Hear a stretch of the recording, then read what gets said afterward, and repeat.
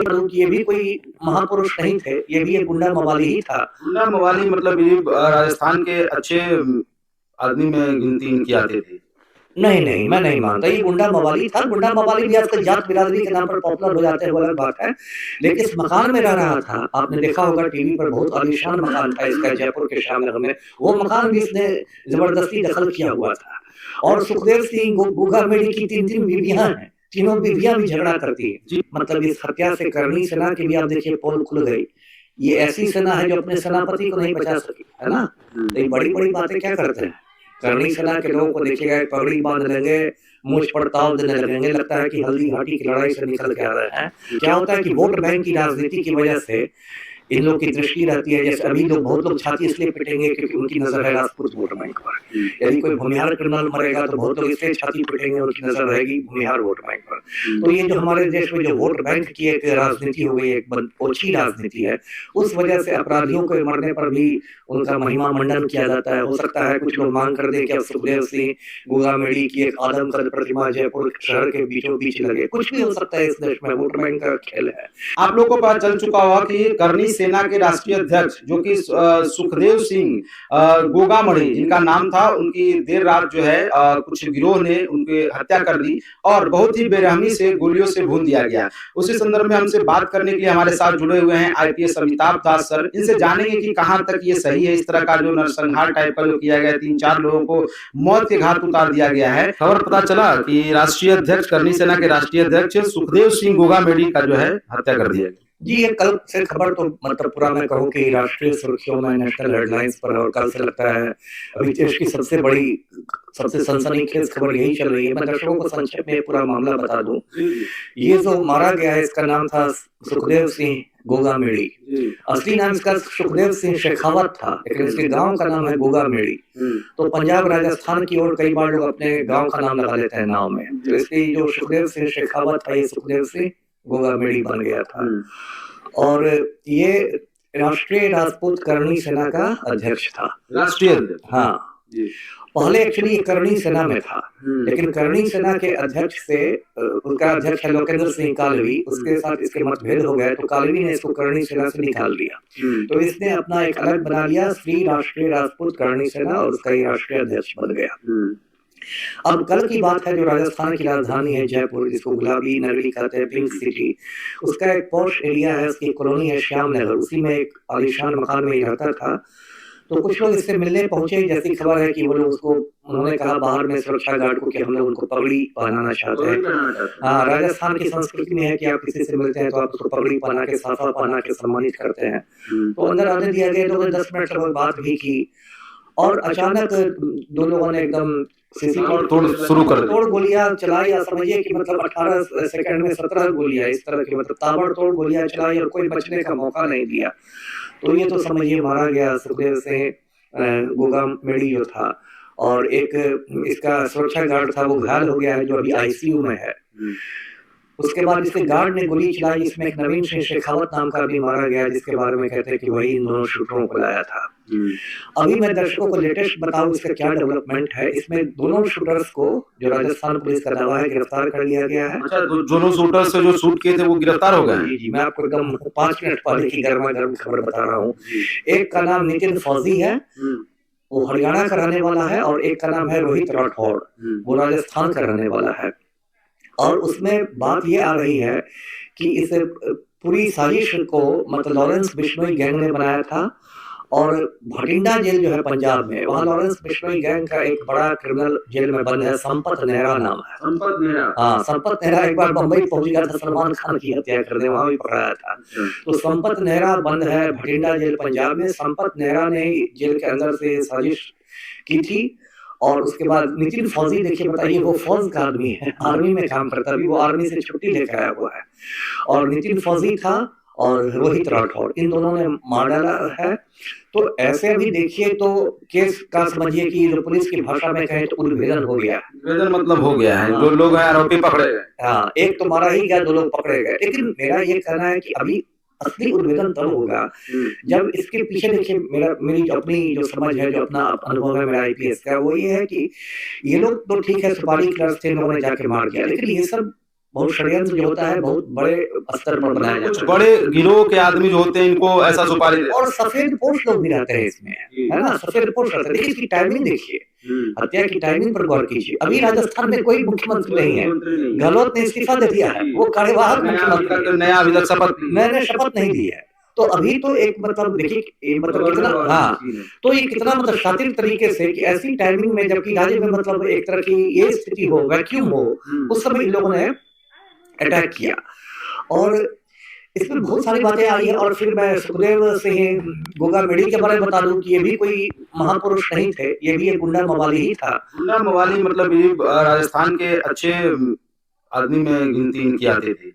नहीं, मैं नहीं मानता ये गुंडा मवाली था। गुंडा मवाली भी आजकल जात बिरादरी के नाम पर पॉपुलर हो जाते हैं, वो अलग बात है। लेकिन देखिए कुछ साल पहले जब पद्मावत फिल्म की शूटिंग हो रही थी जयपुर में, संजय लीला भंसाली गए थे, तो उनके साथ भी लोगों ने मारपीट की थी।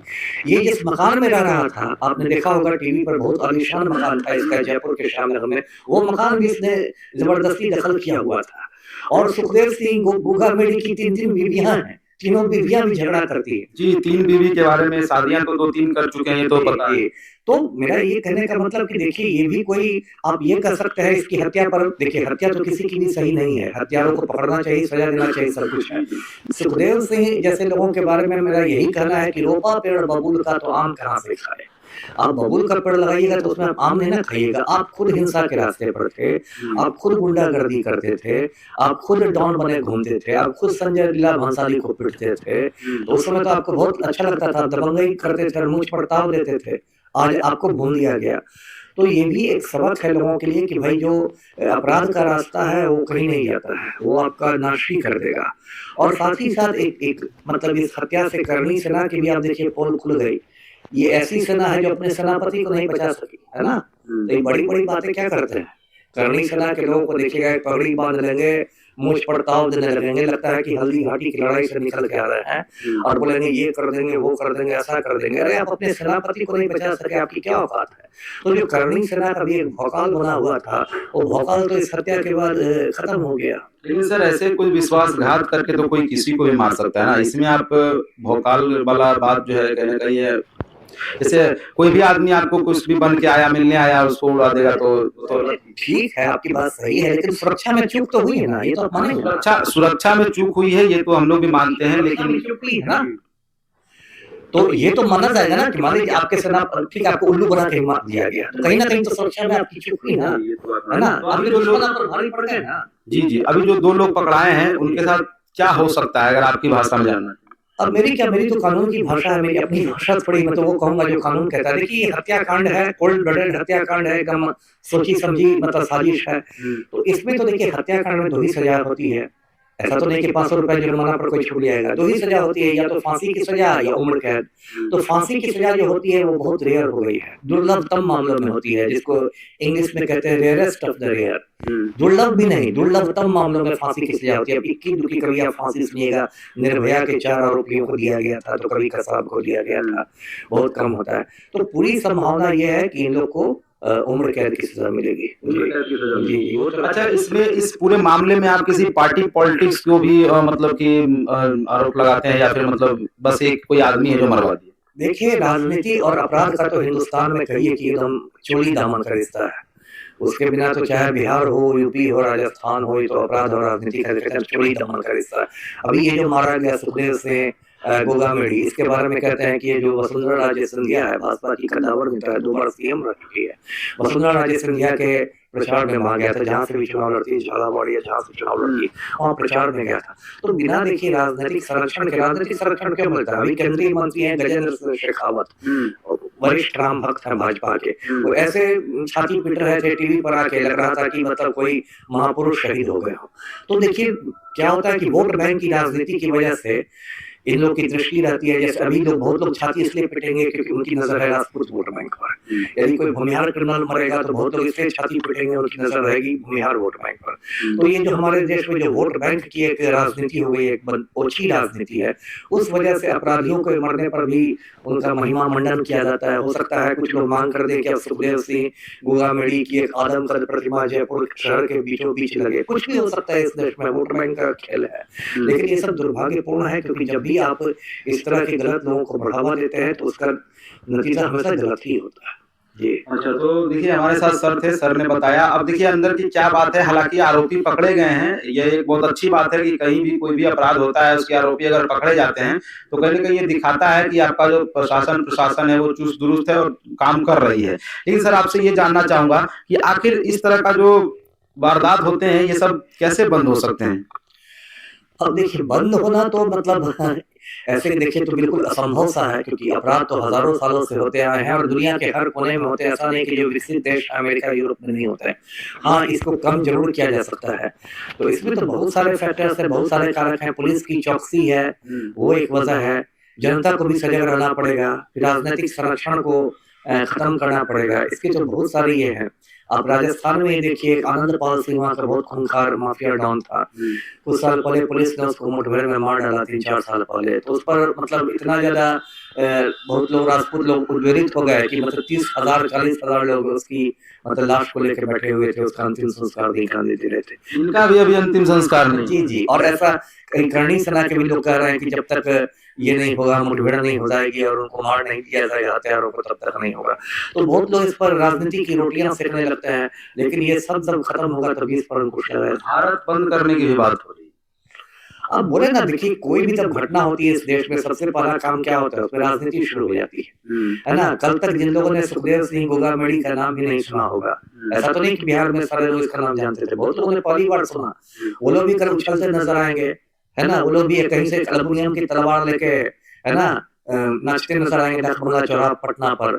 और ये क्षत्रिय समाज, वो समाज, राजपूताना, करणी सेना सब शुरू हो जाएगा। कुछ राजपूत नेता जो शंभू राजपूत नेता है, आनंद मोहन टाइप के, वो पहुंच जाएंगे अपना चेहरा चमकाने के लिए।